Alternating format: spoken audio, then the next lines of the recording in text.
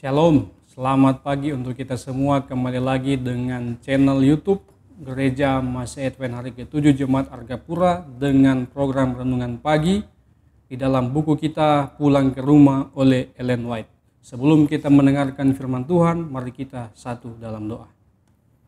Bapa kami yang di sorga, terima kasih untuk berkat-Mu kepada kami sampai pagi ini. Saat ini sebelum kami beraktivitas, kami akan mendengarkan firman-Mu. Biar lewat firman ini boleh menjadi kekuatan bagi kami untuk melaksanakan kegiatan kami sepanjang hari ini. Ampuni kami orang berdosa dalam nama Yesus. Amin.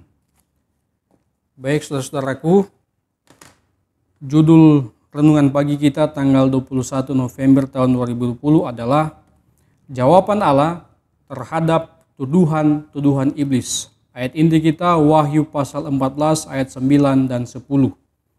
Jikalau seorang menyembah binatang dan patungnya itu dan menerima tanda-tanda dahinya atau pada tangannya, maka ia akan minum dari anggur murka Allah.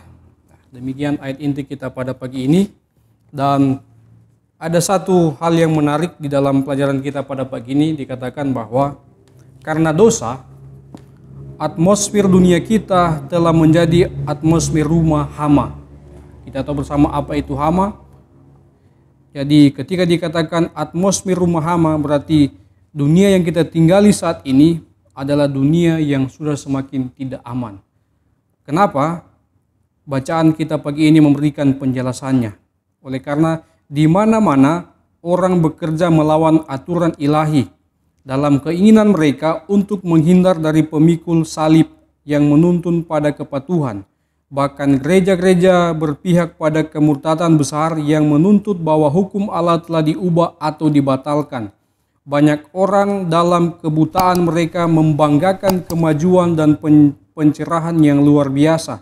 Tetapi pengamat surgawi melihat bumi dipenuhi dengan korupsi dan kekerasan. Jadi itulah alasan mengapa dunia kita ini dikatakan sebagai rumah hama. Oleh karena dunia ini yang kita tinggali adalah dunia yang dipenuhi dengan kekerasan ataupun korupsi, di mana banyak orang yang menentang para pemikul salib. Bahkan dikatakan bahwa gereja-gereja berpihak pada kemurtadan yang besar. Jadi inilah alasan mengapa dunia kita yang kita tinggali saat ini menjadi rumah hama.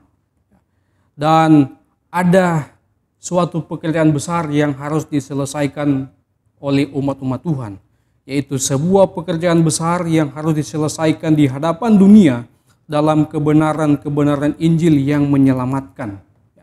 Jadi inilah pekerjaan yang dapat dilakukan oleh umat-umat Tuhan untuk mengobati hama di dunia kita ini, atau mengobati kemurtatan besar yang dilakukan oleh orang-orang pada saat ini.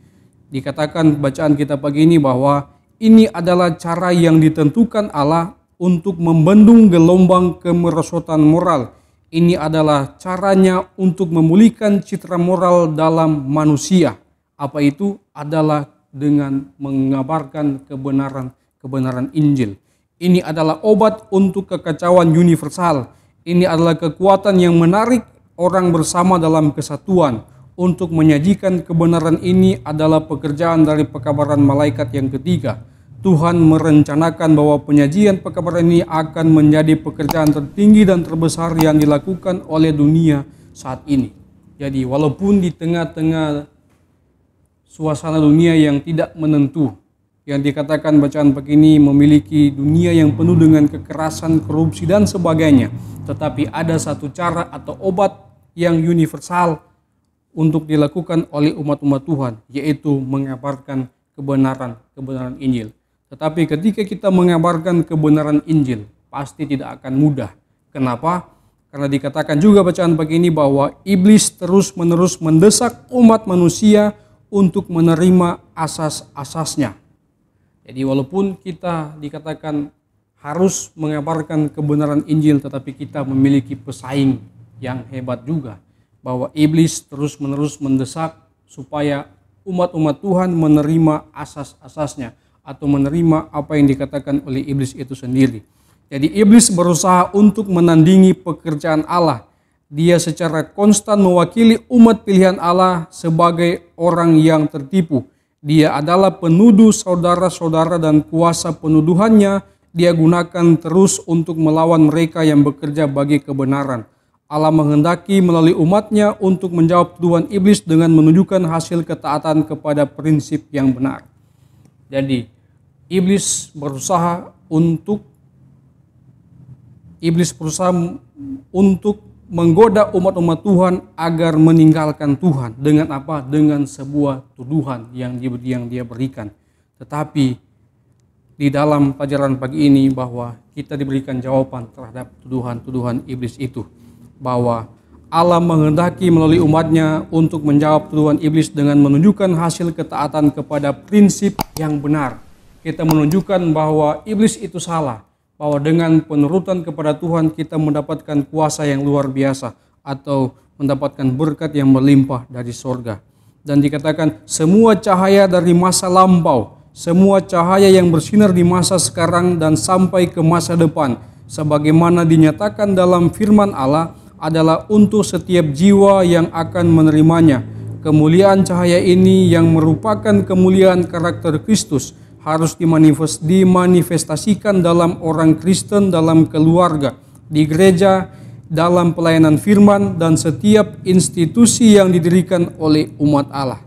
Jadi jelas bahwa kita umat-umat Tuhan harus menerima kemuliaan cahaya ilahi dari surga, yaitu merupakan kemuliaan dari karakter Kristus yang harus kita manifestasikan di setiap orang-orang Kristen, baik dalam keluarga, di sekolah, atau semua institusi yang didirikan oleh tuntunan Tuhan, agar semua manusia menuruti atau menerima kemuliaan karakter Kristus.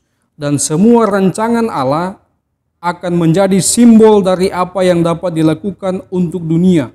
Mereka harus menjadi tipe kekuatan yang menyelamatkan bagi kebenaran-kebenaran Injil. Mereka adalah agen-agen dalam pemenuhan tujuan Allah yang besar bagi umat manusia. Testimonies for the Church, jilid 6, halaman 10 dan 11.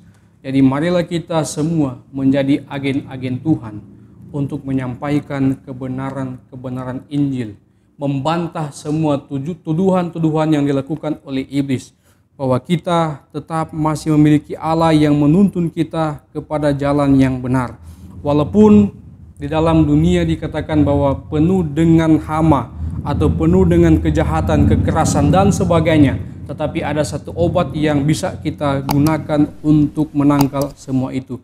Yaitu dengan kebenaran Injil yang harus dilakukan atau dikabarkan oleh umat-umat Tuhan. Jadi biarlah renungan kita pada pagi ini memberikan kita motivasi untuk kita menjadi saksi dimanapun kita pergi dan berada. Mengabarkan bahwa Tuhan sangat menyayangi umat-umatnya dan membantah tuduhan iblis untuk kemuliaan bagi nama Tuhan. Biarlah Tuhan selalu memberkati kita, mari kita satu di dalam doa. Bapa kami yang di sorga, terima kasih untuk firman-Mu pada pagi ini yang boleh memberikan kekuatan bagi kami. Terima kasih untuk jawaban Tuhan terhadap kami, untuk kami dapat membantah semua tuduhan-tuduhan iblis dengan kesetiaan kami kepada Tuhan. Bapa kami yang di sorga, biarlah lewat firman ini umat-umat Tuhan yang menyaksikan video ini dapat diberkati, bahkan dapat menerima berkat yang berlimpah dari sorga. Bapa kami yang di sorga, di saat ini biarlah Engkau memberkati dalam aktivitas kami, biarlah kesehatan kekuatan menjadi bagian kami, daya tahan tubuh yang kuat bagi kami, sehingga walaupun di situasi kondisi saat ini kami tetap boleh beraktivitas, dan kami boleh bersyukur bahwa Tuhan tidak pernah meninggalkan kami. Bapa kami yang di sorga, kehidupan kami sepanjang hari ini kami hanya serahkan ke dalam tangan Tuhan. Ampuni kami orang berdosa dalam nama Yesus, haleluya, amin. Baik, demikian renungan kita pada pagi ini. Sampai jumpa di esok hari dengan program yang sama. Shalom, Tuhan Yesus memberkati.